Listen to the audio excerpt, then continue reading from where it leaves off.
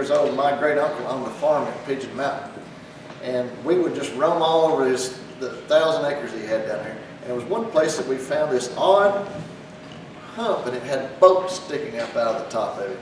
And we came back and asked him, said, what in the world was that? Because it was in a really remote, difficult place to get to. And he said, that's where the steam engine sat. And he didn't have much more to elaborate about that, except that he knew that there had been a steam engine down there at the turn of the century before he bought the land in the 1930s. And so that kind of sat in my mind for a long time. I said, what in the world would a steam engine be in the woods at Pigeon Mountain for? And over the years, as other people have done research and I've been able to gather up, we have isolated what kind of steam engine that was. And it was called a steam donkey engine. And it was used a cable on a loop to pull things through the woods. It was to get the logs out to use in the mining operation for timbering and trestles and cross ties. And they also used it to pull the ore cars up and dump them into the train cars. So bits and pieces of this still in the woods. Estelle, Georgia is the best place to go find a ghost town. There's lots of ghost towns everywhere, but they've been developed over and it's private property. Estelle is in the Crockford Pigeon Wildlife Management Area, and it's free to go walking down there. If you're over 65, you don't even have to have a GORP pass. And there's trails, and a lot of this stuff is still in the woods. And we're going to have some pictures of that here after a while, so bear with me. To start this history program, we're going to go way back. We're going to go back about 420 million years. Ringgold at the time was almost close to the South Pole at that time. And at the end of the Ordovician period, there was volcanism and plus an ice age. And it put down a layer of bentonite and pretty much choked off all the life on the bottom of the ocean, which is where we are now. We're sediments here that are 11,000 feet deep, and about 2,000 feet have already eroded off the top on its way down. At the beginning of the Silurian period, things started to recover. The sea got warmer, and once it thawed out, it allowed all the iron-rich water that had been dissolved in there to be exposed to air and to algae, and they made oxygen in the water, and it caused a light rain. If you can imagine how light, microscopic rain of rusted iron to fall at the bottom of the ocean. There's layers in Pigeon Mountain down here about 30 inches thick, and then right up above it, there's another layer that's about 2 feet thick. It varies depending on how far away from the Cumberland Plateau that you get properly. But that's what we're going to concentrate on, is right here is the iron ore mining in this area. Here's a map from 1895. This was a mineral map put out by the United States Geological Survey. And you can see, look out at Pigeon Mountain here that are outlined because this was the coal deposits on the top. In between are limestone deposits, and right at the bottom of the mountains, all the way around, even at the bottom of Taylor's Ridge, and some places on the backside of Taylor's Ridge, are iron ore deposits. This was all laid down flat, and as the anticlinal valleys poked up, it exposed these layers of iron ore to the surface. There's two kinds that they were mining. One was called soft ore. If it had been exposed to the air and water, it would leach the calcium out of it, and it was soft ore. They used that mainly for paint coloring. So anybody got a red barn? A couple of people are shaking their heads. They've seen red barns, Rock City barns. That's the color that they used in the paint to make the barns red. It was a really inexpensive color. As you got farther down in the ground, then you ended up with what was called hard ore, which was still rock. And that was used a lot to make iron products in the area. From Gadsden to Chattanooga, there were iron foundries, and they built the Tag Railroad to go to our ghost town in 1891. It wasn't a town. They were slow in getting started, and they didn't have enough ore to make the railroad profitable, so it went into receivership in 1895, and by 1896, they had really started mining iron ore in the Estelle area, down from Chattanooga Valley all the way down past Lafayette. It was a pretty good sized town. They had 270 miners. There was about that many family members and stuff hanging on. They had 175 students in 2 schools down there. And it puzzled me until last week why they had 2 schools in such a small town. Does anybody have a guess as to why they would have 2 separate schools? Black and white. They were segregated schools. By law and custom in Georgia, they had to have separate schools. And there was 40 children of the black miners that were down there. In this town, there was 140 personal homes. And I'm gonna pass this picture around. Just everybody, as you get it, pass it on the way back. This is the Tag Railroad coming from Kensington, right across through here, and it goes through the tunnel and goes on the Lafayette side of the mountain and goes on to Gadsden. You can see the houses and all the outbuildings, and they had blacksmith shops and carpenter shops, millwright shops, anything that you needed to have a large mining operation with 400 people digging and to service the railroad that they had. It went right through the town. The Tag Railroad went right through the middle of the town. I'm going to pass out some maps here. Another at one time, his school teacher at the white school, his name was Sartain, and he wrote the history of. And he's the one that did the red book. Yes. This is a map of the property level. I'm going to pass, I only have about a dozen copies, so everybody will have to share. This shows the routes of the iron ore mines. When you see the dotted line down through here, that's where the ore deposits were exposed along the edge of the mountain. And the thing that looks like a railroad, that's the railroad. They had a dinky railroad. I'll give you a copy. We have one on this copy. Okay. I know I'm going to run out, so. If we've got 2 people sitting together, we're going to get you to share. So.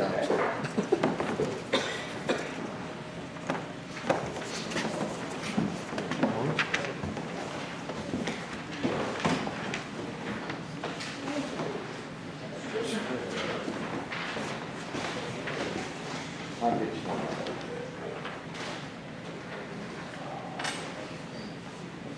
Almost don't have that.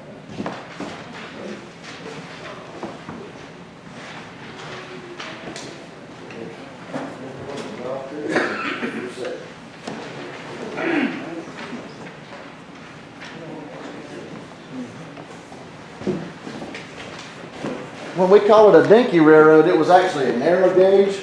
Narrow gauge railroads had an advantage over a broad gauge, is that they didn't have to be as good of a railroad. You could go up and down steep hills and around curves and do like this right here. And the little engines that they had didn't pull large, regular sized cars. The tracks were only, what, 3 feet wide? Yes, sir. 36 inches as opposed to 50 something, I think.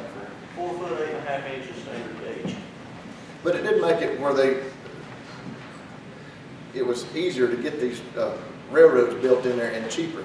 At Pigeon Mountain, as the Dinky Railroad went south, which would be on this page right here, going to your right, it went through the ridges, and they built 7 tunnels for this thing. Now this engine that pulled these ore cars down through there was about the size of a Chevrolet Suburban. And the ore cars were about maybe a third as big as a regular railroad car, and they would carry about 6 cars on the way through. I'm going to pass this picture around, starting the other way. If you'll notice, as it comes by, you can see the digging tunnels where they went back into the mountain to get to the iron ore. This little curvy path right here on this side of the picture is the dinky line that come in. So you'll see how it's not like modern railroads are. Notice the name Shaw is there, and it's prevalent today. Yeah, and Walker County. the Shaw family were the landowners down there, and they got a consortium together, and by 1897 they had incorporated and had 4,600 acres under this mine.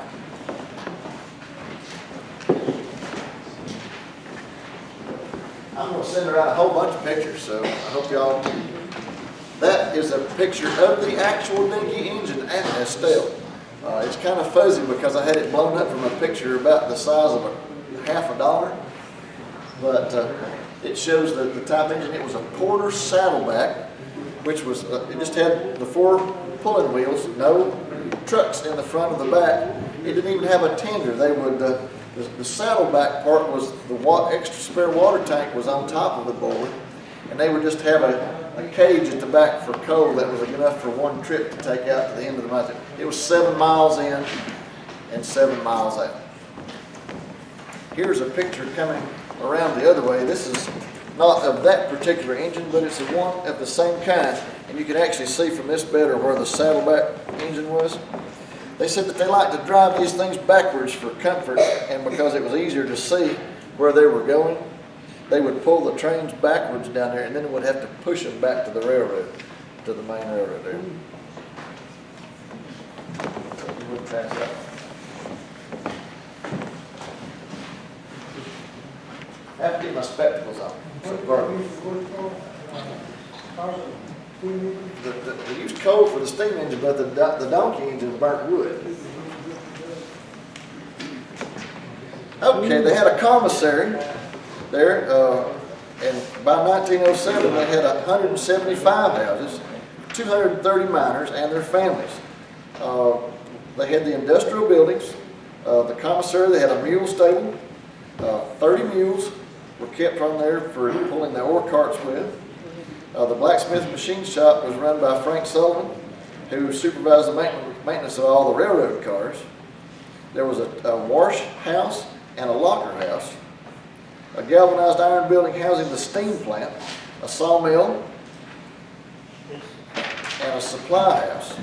All of those, the foundations are still barely visible down there if you know where to go look. That when they dismantled all the mining stuff, they took the buildings down, salvaged the lumber, salvaged the tin roof, they took everything, but they still left some stone pillars that they didn't want to have to carry with them.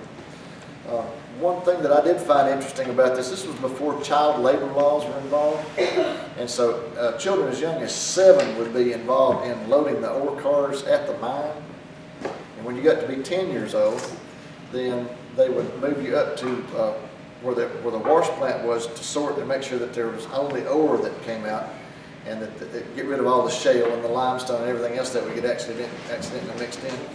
And the final step up was when you were 12, you got to be a mule boy. They had 30 of those to service the mules, and they would make sure that they would pull the ore carts out of the mines, and a lot of the strip mines had rails that they would build. As they dug them, they would add rails, and so instead of wading in the mud and wallowing and dragging stuff, they could actually run on these rails, and then all those little cars were pulled by mules.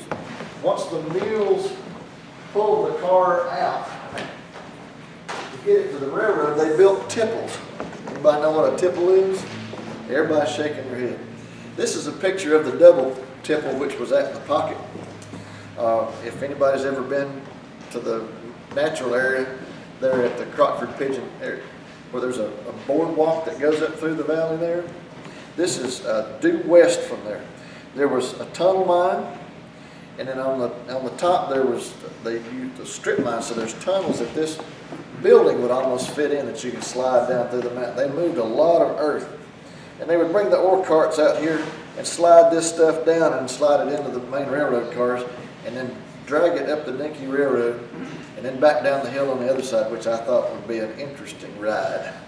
Since each car would have one of the kids on it would run the brakes when they went back down the hill, and they would holler back and forth and would tell them exactly how much brake to put on depending on what their load was.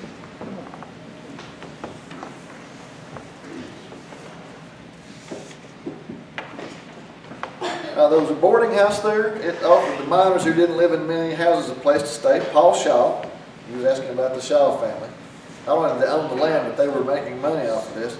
The miners made anywhere from the 12-year-olds as a mule boy made 20 cents an hour for a 10-hour day, 6 days a week. And the miners, if they were engineers or actually in the tunnel mines, they made considerably more than that. And Buckshaw said that actually caused some conflict with the local farmers and stuff who didn't have much money, and they had people living in their community down there all of a sudden that were making lots of money. You know, $2 a day doesn't sound like much, but if you were 12 years old in 1905, that was a lot of money. Yeah, a lot of money to pay, yeah. About the only thing that is really accessible down there now is the Estelle Cemetery. If you ever go down Highway 193, you'll see the Estelle Cemetery Road.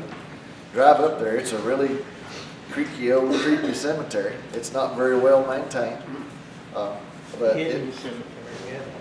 the what?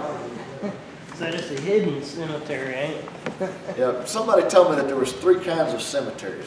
But the brand new cemeteries are all taken care of and all got matching headstones and all that kind of stuff. And that's for people that people remember what they were when they were alive. And then you have the second kind of cemetery is where just nearly everybody that remembered anybody was in that cemetery has passed away. And the third kind is like Estelle, where there's nobody alive that remembers anybody that was buried there. And those are the ones that kind of get neglected in the woods. It's still a neat place. The name of the town after Estelle Shaw, who is buried in the family cemetery that they built the town around. And so I guess they figured that was a good way to honor her. She died when she was 18 years old. If anybody's interested, I have a partial list here of some of the miners' names. Names that you recognize from Walker County, Catoosa County, because these people came down here and put down roots and worked on the railroads and everything, and those families are still here. Did some of the people come to just work in the mine? They did. Because I know in the Copper Hill, people came from overseas. There was at High Point, there was a group of German miners that worked down. There's 180 men that lived there in High Point. And a lot of them were from Franco-Prussia or whatever, that area of Germany where they were miners from there. Let's see, 4,600 acres. They had a crusher, which they would take the raw ore, especially the hard ore, and bring it back, and it would crush so it would ride in the regular railroad cars so they could put it on the tag railroad. The steam donkey, which is what I come to talk about tonight, we're finally getting around to it, was originally bought to pull the ore cars up and tilt them over and dump them into the main full gauge railroad cars. And when they were able to get the steam plant there, they had a dynamo, so they went to electricity and they dismantled the steam donkey. I have a model of one here. Now, when we get done, this is kind of delicate, I won't pass it around, but do come see this. And I've got a picture. Steam donkeys were a vertical steam engine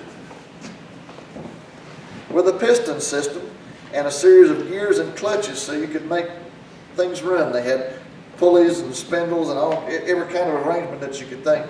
When you hear of a steam shovel, these were the engines that were inside the steam shovel that moved everything around. Les can tell you a lot more about how these things work. They were built on a sled, and what they would do when they wanted to move it is they would just take and tie off a cable to a big tree and just winch the steam engine to the tree. At the pocket, it was kind of unusual that to get it through the tunnels, they had to dismantle this thing. They took it all apart, and when they got it up in the pocket into where it needed to go, instead of just letting it sit on the sled in the woods, they built a platform. And we're going to show you some pictures of that here in just a minute on the projector. It's one of the few places where I know that they kept a steam donkey engine for even a short period of time. Usually they'd use them all day and then drag them somewhere else. The way they work this thing is, see this spindle? It would spin and you put a rope or a cable around that, and you could maneuver the rope and pull the load either way by shifting gears on it. So the cart behind the steam engine, they didn't pull them up on the side of the mountain and drop them over. How did that work? Well, you're talking about the ore carts. They would have a cable that ran out there where the strip mines were, and they could just, once the cars were loaded, they could pull them over to the tipple where they could dump them in the regular train cars. You just dump them right over. Now, did they anchor that to something? In the pocket, they actually did. They built a concrete and creekstone platform and put bolts in the top of it. And then they assembled all this and bolted it down, and it stayed there for 2 years, which was a really long time considering most of the time they didn't stay any place but 2 days.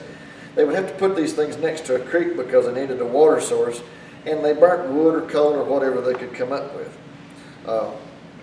the reason we know that they had a dough beer brand at the Pocket is because in the years 1905 to 1907, that's the only brand that you could have. That was sort of a new item. And I'm gonna pass that around. Let me ask you this, if you had the cable hooked some, or you're pulling some distance away, did you have to have it sealed, or did they have to put up a flag communication system? They had a whistle, and they would have one of the positions, the operator of this was called a whistle poke. And he would have a long, sturdy string that was attached to the whistle. And he would get in a position where he could see what was going on down there and up here. And then he would pull that string, and by a series of signals, they would know which way to make the engine run. It also, when you heard that whistle blow, whoop, whoop, whoop, that meant get away from that cable because things were going to start to move. These little engines don't look very impressive, but they could drag a log that was, 8 or 9, 10 feet in diameter. They used them in the Pacific Northwest to drag redwood trees with, because you had mechanical advantage in blocks and tackle. They could multiply the force a whole lot with them. I'm going to put these on the table up here for people that are interested when we get done. These are some actual photographs that have been colored and made into postcards of where they're using the steam donkeys to log with. Just to kind of put it in perspective for the size, the cable that was on the machine that was in the Pocket is 1.5 inch diameter steel cable. And so about yay big around. And it went 1/4 mile in each direction and then doubled back on that. So it was a huge cable operation that they had there.